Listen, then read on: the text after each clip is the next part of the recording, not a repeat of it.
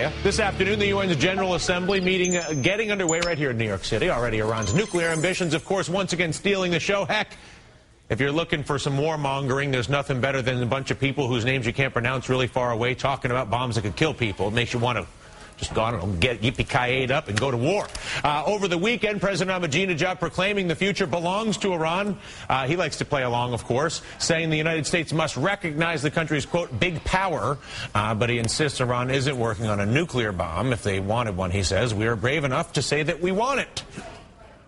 No doubt more gems to come on Thursday when Ahmadinejad addresses the assembly. You know, the whole devil routine. We've been through this. It's great drama, great theater. I'm not sure how much it actually factors into our Middle East or American reality, but what the heck. Meantime, the U.S. not buying the rhetoric and keeping pressure on Iran to come clean about its nuclear program. President Obama saying today that all options are on the table in dealing with Iran. Iran currently under 4 sets of UN sanctions, in fact, for refusing to stop enriching uranium and rejecting other UN demands. Uncooperative for sure, but just how dangerous are they? Or is it really just a distraction from the real issue? U.S.-Saudi relations and the percolating religious war that has been there for decades between Israel and their Arab neighbors. Joining us now, Salon.com columnist and friend of the show, Glenn Greenwald, and from Washington, the president of the Foundation for the Defense of Democracy is Cliff May. Cliff, welcome back. It's very nice to see you. We have got Glenn in country. We'll begin with you, sir. Iran in context of the underlying issues of the Middle East. Is it a problem? Should we be going to war with them? Are they going to nuke us? Or is it simply a distraction from actually much bigger issues? Well, I think what you see is that every time Ahmadinejad comes to the United States, you have the same repetitious dance that benefits extremists in both countries. You have the faction in the United States that wants the Americans to be in conflict with Iran, to go to war with Iran, that seizes on Ahmadinejad's crazy inflammatory statements, while Ahmadinejad benefits politically at home when the entire world, when the Iranians perceive that the entire world is... So Ahmadinejad wins to appearing to be standing up to America. And the extremists in America win by doing what they did in the run-up to the Iraq War, which is ratcheting up the fear levels and saying, look at this bad man in the Muslim world pursuing nuclear weapons, we have to go to war with them. Do you them. not then also get to avoid the reality of the U.S. relationship with Saudi Arabia and how dysfunctional that spreads throughout the totality of the Middle East? We all know where the 9/11 hijackers come from. We all saw the most recent arms deal, et cetera, or for that matter, from the Israeli-Arab relationship. And allowing us to go to war with Iran lets us avoid the real problems, no? Well, those are the two hypocrisies that the rest of the world realizes that the American population often doesn't, which is we pretend that we're concerned about Iran's internal policies towards their people, and yet our best friends in the Muslim world, including the Saudis and the Egyptians and many others, are infinitely worse in terms of their tyrannical behavior.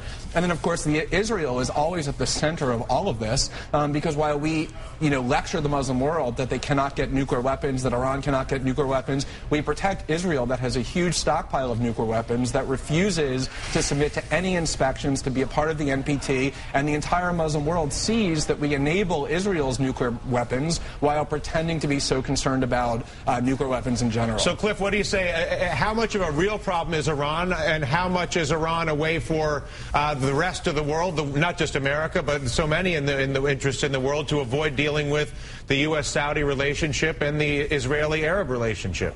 Boy, I think you guys are so far off, but I guess that's why you have me here. Iran, 31 years ago, launched a revolution that was not just against the Shah, but was against the West.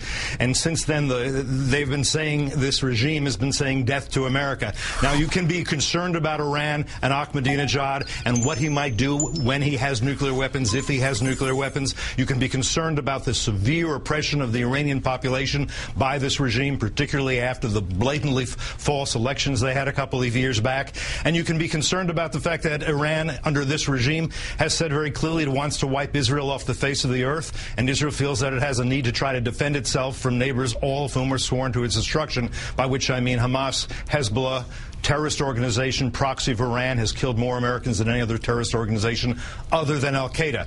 We have to deal with the problem of Iran. Israel has to deal with the problem of Iran. I think you heard the President Obama doing fairly well. So does that mean we go to war? When you say deal with the problem, so if we're going to ignore U.S.-Saudi, we're going to ignore Arab-Israeli, should we just go kill all the Iranians? I mean, let's fire this thing up? What's the plan? Yeah, nobody's saying. If you look at what President Obama was saying and what he's actually done, he is trying to solve this in a way that will not require military force. That's why the UN sanctions are toothless. Did Iraq as you can require military force? In retrospect, who's to decide what's required? In other words, I take issue with the suggestion that some hand of God to decide when military force is required when we've just blown. Do we have the graphic of all the dead people that in Iraq from American bullets for a war that was apparently required until we found out it wasn't? I'm not as anti-American as you apparently are. No. If you think the problems in Iraq you're maybe the most anti-American guest I've ever had, Cliff, because your willingness to portray America out of context in a way that proceeds to advance the interest of your desire to create conflict in Iran. I'm not trying to be more anti-American. In fact, I consider myself to be the most patriotic person sitting at this table, insofar as at least I'm willing to try to address the reality of America's relationships in the Middle East, who we fund, what they do with the guns that we sell to them, how they treat their women, instead of pretending that some other person whose name I can't pretend wants to kill me for the past 30 years when Iran hasn't expressed a single threat against America or the West outside of Israel, as far as I can tell, since the beginning. Dylan, death to America is something of a threat, even though you don't think so. And I'm glad you feel good about yourself. But the fact of the matter is, what I'm trying to get across to you is that what Obama's done is actually rather useful, or could be. He is trying to use serious sanctions passed by a bipartisan majority in both houses of Congress to put serious pressure on Iran to end its drive for nuclear weapons, to stop its oppression of its own people, and to discontinue threatening Israel with another Holocaust. So how does that help us with the oppression in Saudi Arabia, Egypt, and the balance of the Middle East, where they use our guns and our money to do it? You are absolutely correct. Should we put sanctions on Saudi Arabia? You know, Saudi Arabia we just sold them $60 billion in guns. Tell me when you're finished with your question so I can begin an answer. If you're not finished yet, I'll let you have 3 more. Should we sanction Israel, too, for their nuclear stockpile? Should we sanction Israel for their nuclear weapons stockpile that they won't allow? This is absolutely this is a festival of moral equivalence. Israel is under attack, and you don't want it to be able to defend itself, whereas Iran has threatened Israel that it will wipe it off the face of the earth and has threatened death to America. These are the same to you. You seem to have some heroic notion of Ahmadinejad that I don't understand. As for Saudi Arabia, as you do to me, as for Saudi Arabia, I'll get you back. Barely. Just look at the facts as far as who the aggressive powers are here. What you can pick up a newspaper every day and see Israel threatening to bomb Iran. You can see newspapers every day advocating that the United States bomb Iran. Iran looks to the east and the west and sees the American military occupying 2 countries on either side of it. Isn't Iran just a distraction? Isn't Iran just a distraction from the Israeli relationship with the Arabs and the American relationship with its allies in the Middle East? So we point to our enemies to avoid the obvious. I mean, that's real. That's my question, Cliff. Where am I wrong in that?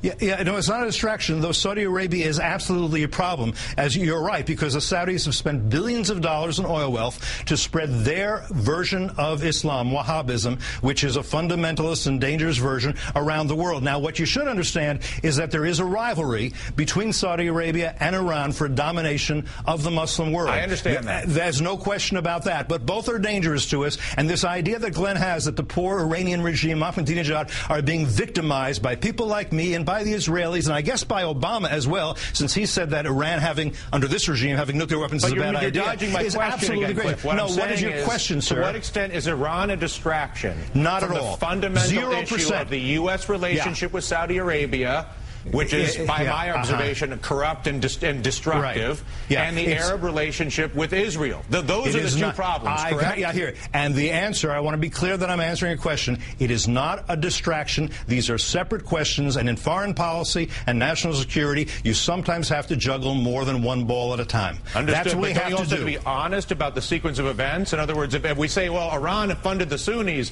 but we ignore the fact that America invaded Iraq for no reason while Israel has nuclear weapons. In other words, I'm not trying to be difficult, right now, but can't you kind of pick whatever you want? If you eliminate the fact that the CIA paid for this and that we give them money for that and the Russians did this, and then you act, oh my goodness, look at these terrible people.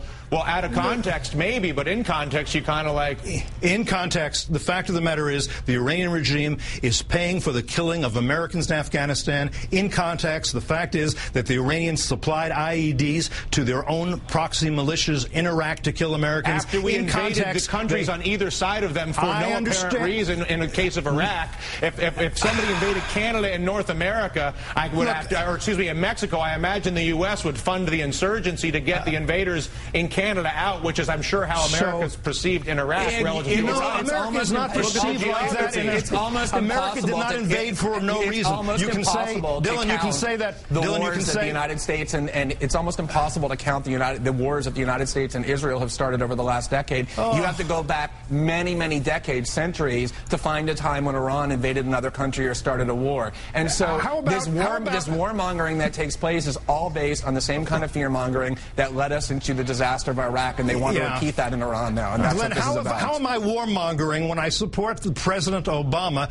and the sanctions, which is a way to peacefully... What happens if the sanctions fail? Do you think the U.S. should attack Iran to stop their nuclear weapons program? We have a big problem if the sanctions fail. Should we attack Iran? Should we attack Iran in that case? I agree with President Obama. Why can't you answer that? Should we attack Iran in that case if sanctions don't work? I think we should. I think President Obama is right. You think we should? Exactly. That's what makes you a warmonger. You want to attack Iran, even though they're not attacking us, just like you wanted to attack Iraq. What do you think? Even though they didn't attack us. That's what a warmonger is. People who want to press the borders. Thank you, Glenn, for telling us what a warmonger is. Now, you tell me, when the Iranian regime says death to America and writes death to America on missiles, is that warmongering? Are you honestly telling me that you want American soldiers and hundreds of billions of dollars and human life bloodshed by the hundreds of thousands of individuals because they called you a name? You sound like a 6-year-old. With all due respect, if the best you've got is that you got some people that said death to America, I feel bad even beating up on you about it.